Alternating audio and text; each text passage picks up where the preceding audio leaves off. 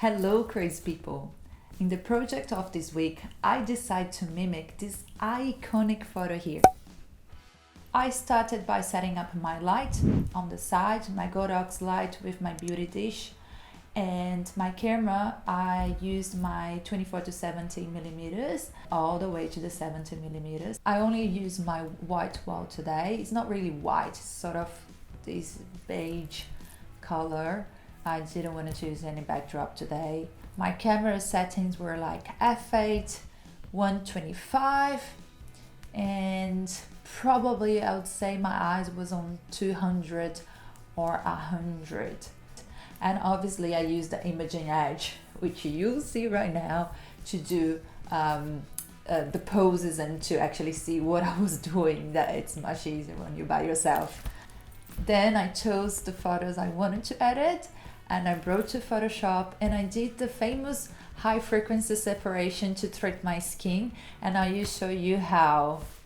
Okay guys, here I am with my final image here.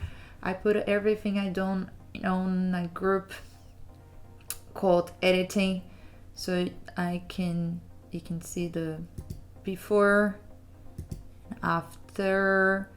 So now I'm gonna show you step by step in what I did to achieve this final result. Okay, so I'm just going to make the layers all like that, so invisible. So this layer you're going to is not going to see much. You may see a little because I did a cropping. Okay, so I just call cropping because then I would remember that I actually did a cropping, and I added a bit more space on the side, and I just went with my clone stamp and I stamped the sides and I copied to make it bigger because I wanted to be bigger on the side. Then I did the spot cleaning. So the spot cleaning, pretty much you just go here, use your spot healing brush, and then you go to where you see spots and you just clean. You just go there, make sure that it's a small size because you're gonna go to each little spot to clean. See, I have a lot of spots actually, and I cleaned them all pretty much. You see, I just left this spot here. I didn't want it to have that many showing, so I just cleaned up and show you my arm as well. Sorry, this one.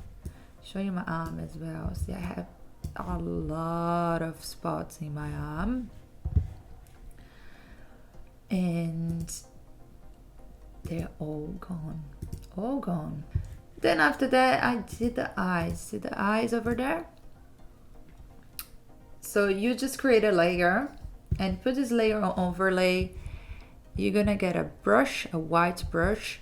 Make sure your brush it's in 100% opacity but in a lower flow, so you just start to brush the eyes a little and they will sort of be brighter. And the catch light here, you make it brighter as well. I then after put this to 80. I'll show you if it's not on 80, it would be quite intense, so just lower down the opacity a little. So this is how you do. Then I put all the layers together here to start the frequency separation, and I did that by pressing Shift, Option, Command, E, and then we'll create the layer with everything we've done. So here's the frequency separation right here, guys, that I did. I'm gonna show you. This is how smooth you can let your skin be after the frequency separation. So this frequency separation I'm going to attach a step-by-step for you guys to be able to do. So I'm writing down step by step and how you do all this frequent separation. Then I did a burning dodge. Burning dodge is really cool for you to define the highlights and the shadows, and that's how I fixed the makeup. You can see I just went with the dodgy tool. Not the dodgy tool. For the makeup I used the burning tool, and I just brushed around, and I brushed the eyebrows too, and I brushed over here too, and I brushed where the shadows were. And then the dodgy tool, which is this one, you do on the highlights, so right here, and I brushed over here so I wouldn't have the dark circle. I got rid of the dark circle so I can do that here and here. So where you think the highlights should be, it's pretty good. Then I did the body. So you also can do the body. So you do the highlights and the shadows. I did over here as well. Then I again did a Shift Ctrl Option E, and I create another layer. And then I changed the color of the bandana. It was too orange for me, and I wanted to have more like a reddish color. So I used for this the selective color, and I just changed the color of the whole thing, and then I masked where I wanted that to be. So I pretty much actually changed the color of everything, and I masked out everything else, and I left just the bandana over here, So this is my mask. I'll show you. So it's only affecting the bandana, to be honest. With not opacity is not too high. I could just make it higher, and you see it's more coming up. And for you to brush out the mask, just use like black brush and brush out. I just noticed there was some red over there, so I'm brushing out right now.